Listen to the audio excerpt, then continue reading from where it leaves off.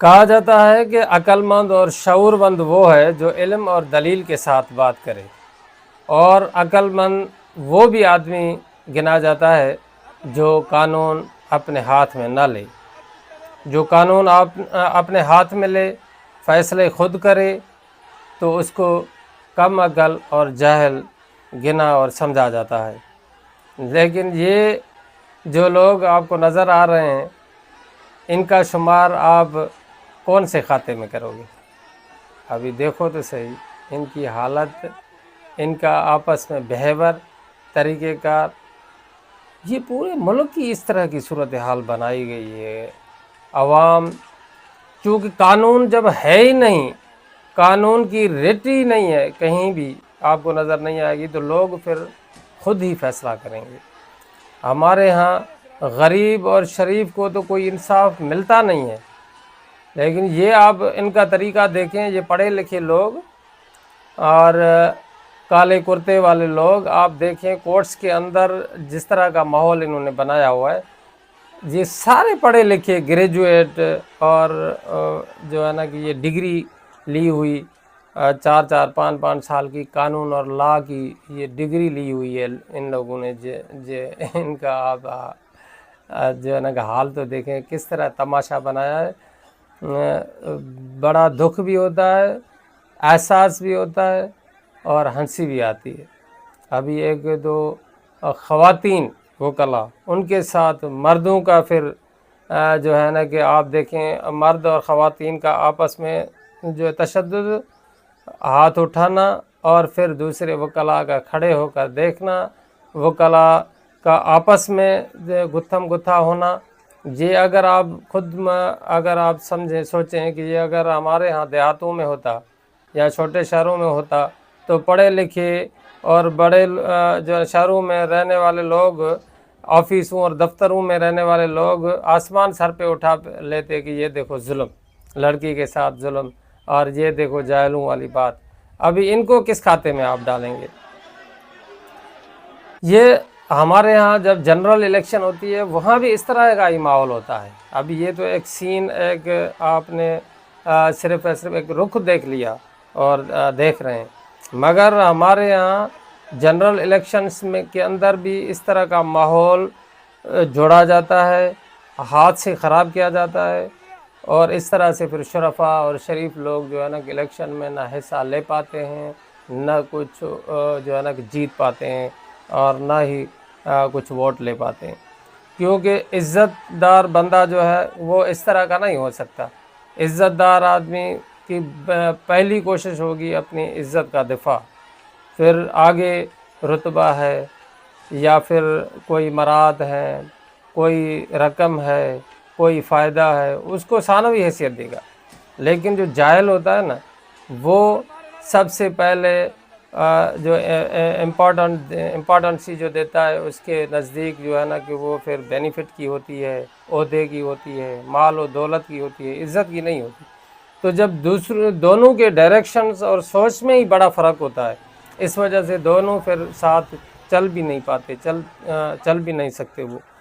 اس طرح یہاں کی جو الیکشن ہے، یہاں کا جو ماحول ہے، وہ ظالم اور جاہل لوگوں کے ہاتھ میں ہے۔ پڑھے لکھے بظاہر بھلے ہوں، یہ جعلی ڈگریاں انہوں نے لی ہوئی ہے، پڑھا لکھا کبھی بھی اس طرح کا ماحول نہیں بناتا، پڑھا لکھا کبھی بھی ہاتھ نہیں اٹھاتا، پڑھا لکھا جو آدمی ہوتا ہے وہ قانون کو اپنے ہاتھ میں نہیں لیتا۔ یہ وکلا کی کوئی الیکشن تھی میرے خیال، وہاں پہ دھاندلی ہوئی ہے، اور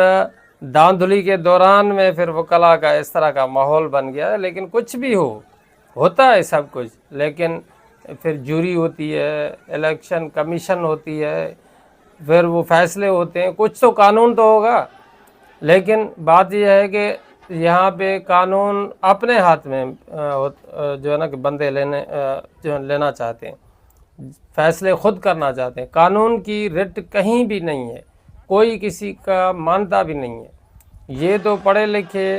جو ہے نا کہ لوگ ہیں جو آپ دیکھ رہے ہیں، لیکن یہاں پہ آپ دیکھیں چھوٹے چھوٹے شہروں کے اندر جس طرح کا ماحول ہے، غریب انصاف کے لیے ترستے ہیں، ان کو انصاف نہیں ملتا، تو یہ اس طرح کے لوگ جب ہوں گے کورٹس کے اندر تو انصاف کہاں سے ملے گا؟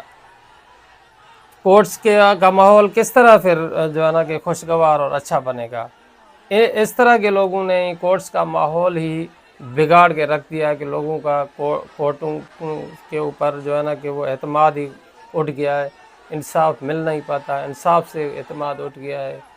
پولیس اور کورٹس یہ دونوں کا تعلق ان کا جو ہے نا کہ وکیل کا درمیان میں پھر بڑا تعلق ہوتا ہے، لیکن وکیل ہی جب اس طرح کا ہو تو پھر غریب کا تو اللہ ہی حافظ ہے۔ تو مجھے بڑا افسوس ہوتا ہے ان کو دیکھ کر۔ ابھی یہ تماشا جو انہوں نے بنایا ہے وکلا نے، پوری دنیا دیکھ رہی ہے، پاکستان کے عوام دیکھ رہے ہیں اور غمخوار بھی ہیں، تو ساتھ ساتھ میں دکھ بھی ہوتا ہے، ساتھ ساتھ میں احساس بھی ہوتا ہے، پھر ساتھ ساتھ میں نا امیدی بھی ہوتی ہے کہ اس طرح کے لوگوں کے ساتھ پھر کیا امیدیں ہم لگا سکتے ہیں یا لگا بیٹھے ہیں کہ یہ لوگ پھر سندھ کی حالت کو بدلیں گے، پاکستان کی حالت کو بدلیں گے، یا پاکستان کی ترقی میں کوئی کردار ادا کریں گے، ہماری لیڈرشپ کریں گے۔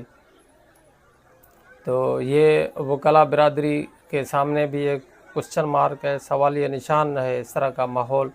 کہ آپ لوگ بھی جب الیکشن میں ہوتے ہو تو یہ اس طرح کا ماحول آپ بنا لیتے ہو، کنٹرول نہیں کر پاتے اپنے آپ کو، علم اور دلیل کی بات نہیں کرتے آپ، اور پھر یہ جاہلوں کی طرح لڑ پڑتے ہو، عورتوں پر ہاتھ اٹھاتے ہو، اور اس طرح کے سین جو ہے نا کہ عوام آپ کے دیکھ رہے ہوتے ہیں۔ تو یہ پھر جنرل الیکشن کے اندر بھی اس طرح کا یہ ماحول بن جاتا ہے اور بنا لیتے ہیں وہ جو کرتا دھرتا لوگ ہوتے ہیں، جو ظالم لوگ ہوتے ہیں۔ اصل میں یہ کیا ہے نا کہ علم اور دلیل سے وہ بات نہیں کرتا جو گلٹی ہوتا ہے، غلط ہوتا ہے، وہ پھر لڑنے پر اتر آتا ہے، کیونکہ وہ پھر اپنا کام لڑ کر حاصل کرنا چاہتا ہے۔ علم اور دلیل اس کے پاس ختم ہو جاتی ہے، تب وہ یہ جو ہے نا کہ جاہلوں کی طرح لڑ کے پھر وہ چیز چھین لینا چاہتا ہے۔ اور آج کل قانون جب کہیں ہے ہی نہیں تو ایسے لوگ پھر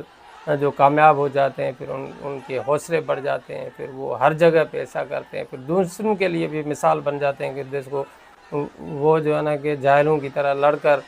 اس طرح کے بینیفٹس لے کر آیا ہے، تو میں کیوں پھر شریف بنوں؟